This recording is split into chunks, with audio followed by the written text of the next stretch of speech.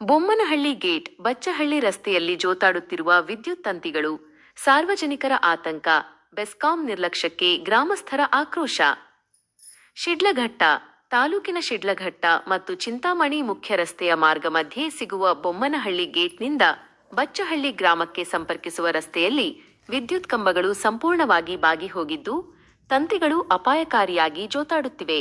ಇದು ಸಾರ್ವಜನಿಕರ ಹಾಗೂ ವಾಹನ ಸವಾರರ ತೀವ್ರ ಆತಂಕಕ್ಕೆ ಕಾರಣವಾಗಿದ್ದು, ಬೆಸ್ಕಾಂ ಅಧಿಕಾರಿಗಳ ಬೇಜವಾಬ್ದಾರಿತನಕ್ಕೆ ಸಾಕ್ಷಿಯಾಗಿದೆ.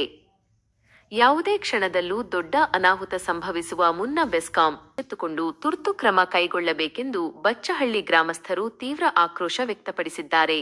ವಾಹನಗಳ ಮೇಲ್ಭಾಗಕ್ಕೆ ತಾಗುವಂತಿವೆ ತಂತಿಗಳು.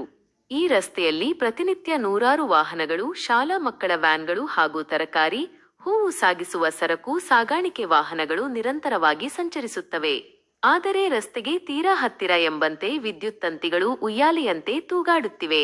ವಾಹನಗಳು ಹಾದು ಹೋಗುವಾಗ ತಂತಿಗಳು ವಾಹನಗಳ ಮೇಲ್ಭಾಗಕ್ಕೆ ತಾಗುವಷ್ಟರ ಮಟ್ಟಿಗೆ ಕೆಳಕ್ಕೆ ಇಳಿದಿದ್ದು, ಪ್ರತಿದಿನವೂ ವಾಹನ ಸವಾರರು ಕೂದಲೆಳತೆಯಲ್ಲಿ ಪ್ರಾಣಾಪಾಯದಿಂದ ಪಾರಾಗುತ್ತಿದ್ದಾರೆ.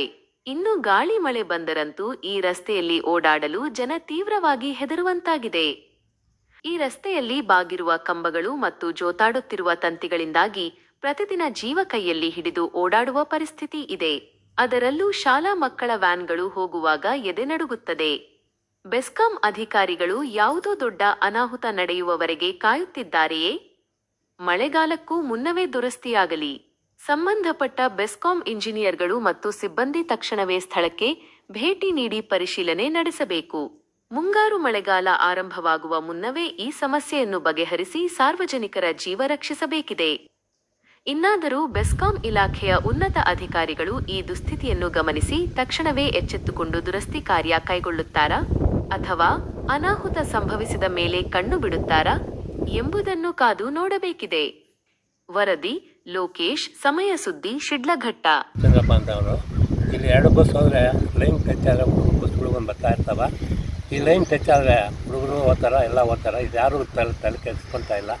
ನೀವು ಬಂದು ಅದನ್ನೆಲ್ಲ ಪರಿಶೀಲಿಸಿ ಮಾಡಬೇಕು. ನೀವು ಈ ವೈರ್ಗಳು ನೋಡೋದು ಹತ್ತಿರ ಕಾಣಿಸ್ತಾ ನೋಡ್ತಾ ಇದ್ದರೆ ಎಲ್ಲನೂ ನೀವು ಬಂದು ಅದನ್ನು ಬಂದು ಅದನ್ನೇನೋ ಪರಿಹರಿಸ್ಬೇಕು ಅಂತ ಮಾತಾಡ್ತಾ ಇದ್ದೀನಿ ನಾನು.